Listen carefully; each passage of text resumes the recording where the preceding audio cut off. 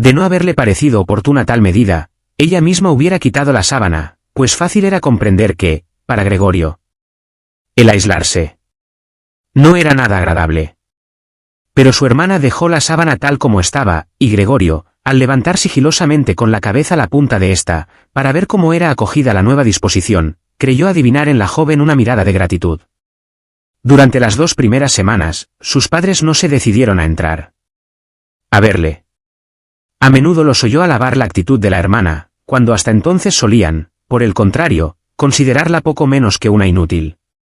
Los padres solían esperar ante la habitación de Gregorio mientras la hermana la arreglaba, y en cuanto salía se hacían contar cómo estaba él.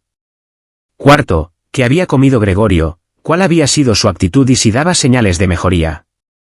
La madre había querido visitar a Gregorio enseguida, pero el padre y la hermana la habían hecho desistir con argumentos que Gregorio escuchó con la mayor atención y aprobó por entero. Más adelante tuvieron que impedírselo por la fuerza, y cuando exclamaba, «Dejadme entrar a ver a Gregorio. Pobre hijo mío. ¿No comprendéis que necesito verle, Gregorio?» Pensaba que tal vez fuera mejor que su madre entrase, no todos los días, pero sí, por ejemplo, una vez a la semana. Ella era mucho más comprensiva que la hermana, quien, pese a su indudable valor, al fin y al cabo no era más que una niña, que quizás solo por juvenil inconsciencia había podido asumir tan penosa tarea. No tardó en cumplirse el deseo de Gregorio de ver a su madre. Durante el día, por consideración a sus padres, no se asomaba a la ventana. Y en los 2 metros cuadrados de suelo libre de su habitación casi no podía moverse. Descansar tranquilo le era ya difícil durante la noche. La comida pronto dejó de causarle placer, y para distraerse empezó a trepar zigzagueando por las paredes y el techo. En el techo era donde más a gusto se encontraba, aquello era mucho mejor que estar echado en el suelo, respiraba mejor, y se estremecía con una suave vibración. Un día Gregorio, casi feliz y despreocupado, se desprendió del techo, con gran sorpresa suya, y se estrelló contra el suelo. Pero su cuerpo se había vuelto más resistente, y pese a la fuerza del golpe, no se lastimó. Su hermana advirtió inmediatamente el nuevo entretenimiento de Gregorio, tal vez dejase al trepar un leve rastro de baba, y quiso hacer todo lo posible para facilitarle su actividad, quitando los muebles que le estorbaban, sobre todo el baúl y el escritorio. No podía hacerlo sola y tampoco se atrevía a pedir ayuda al padre. Con la criada no podía contar pues la buena mujer, de unos 60 años, aunque se había mostrado muy animosa desde la despedida de su antecesora, había rogado que le dejaran tener siempre cerrada la puerta de la cocina, y no abrirla sino cuando la llamasen. Por tanto, la única posibilidad era pedir ayuda a la madre en ausencia del padre. La madre acudió eufórica, pero se quedó muda al llegar a la puerta. La hermana comprobó que todo estuviera en orden, y solo entonces hizo pasar a la madre. Gregorio había bajado la sábana más que de costumbre, de modo que formara abundantes pliegues y pareciera que estaba allí por causalidad. En esta ocasión no atisbó por debajo, renunció a ver a su madre, feliz de que por fin hubiese entrado a su habitación. «Pasa, no se le ve», dijo la hermana, que seguramente llevaba a la madre de la mano. Gregorio oyó a las 2 frágiles mujeres mover el viejo y pesado baúl. La hermana, animosa como siempre, hacía la mayor parte del esfuerzo, sin hacer caso de las advertencias de la madre, que tenía miedo de que se fatigara excesivamente.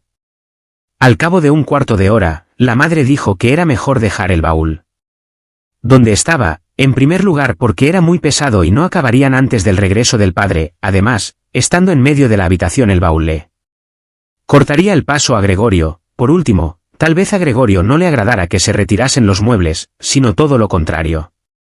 La vista de las paredes desnudas la deprimía.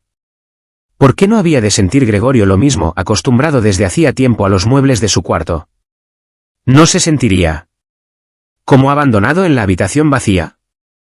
Al quitar los muebles, continuó en voz muy baja, casi en un susurro, como si quisiese evitar a Gregorio, que no sabía exactamente dónde se encontraba, hasta el sonido de su voz, pues estaba convencida de que no entendía las palabras. ¿No parecería que renunciábamos a toda esperanza de mejoría, y que lo abandonábamos sin más a su suerte? Yo creo que lo mejor sería dejar el cuarto igual que antes, para que Gregorio, cuando vuelva a ser uno de nosotros, lo encuentre todo como estaba y pueda olvidar más fácilmente este paréntesis. Al oír estas palabras de la madre, Gregorio comprendió que la falta de toda relación humana directa, unida a la monotonía de su nueva vida, debía de haber trastornado su mente en aquellos 2 meses, pues de otro modo no podía explicarse su deseo de que vaciaran la habitación. ¿Acaso quería realmente que se convirtiese aquella confortable habitación, con sus muebles familiares, en un desierto en el cual hubiera podido, es verdad, trepar en todas las direcciones sin obstáculos, pero donde en poco tiempo hubiera olvidado por completo su pasada condición humana? De hecho, ya estaba a punto de olvidarla, y únicamente la voz de su madre, que no oía hacía tiempo, le había hecho reaccionar. No, no había que quitar nada, todo tenía que quedar como antes, no podía prescindir de la benéfica influencia que los muebles ejercían sobre él, aunque coartaran su libertad de movimientos, lo cual, en todo caso, antes que un perjuicio, debía considerarlo una ventaja. Desgraciadamente, su hermana no era de esta opinión, y como se había acostumbrado, no sin motivo, a considerarse la experta de la familia en lo que a Gregorio se refería, rebatió los argumentos de su madre y declaró que no solo debían sacar de la habitación el baúl y el escritorio, como al principio habían pensado, sino también todos los demás muebles, con excepción del indispensable sofá.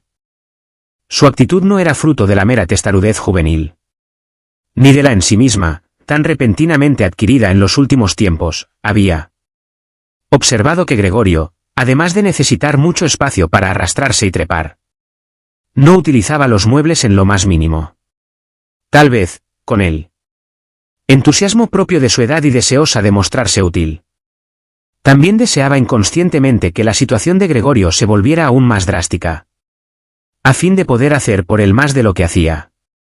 Pues en un cuarto en el cual Gregorio se hallase completamente solo entre las paredes desnudas, seguramente no se atrevería a entrar nadie excepto Grete. No logró, pues, la madre hacerla cambiar de idea, y como en aquel cuarto sentía una gran desazón, tardó en callarse y en ayudar a la hermana, con todas sus fuerzas, a sacar el baúl. Gregorio podía prescindir de él, si no había más remedio, pero el escritorio tenía que quedarse allí. Apenas hubieran abandonado el cuarto las 2 mujeres, jadeando y arrastrando el baúl trabajosamente, sacó Gregorio la cabeza de debajo del sofá para estudiar la forma de intervenir con la mayor delicadeza y el máximo de precauciones. Por desgracia su madre fue la primera en volver, mientras Grete, en la habitación de al lado, seguía forcejeando con el baúl, aunque sin lograr cambiarlo de sitio.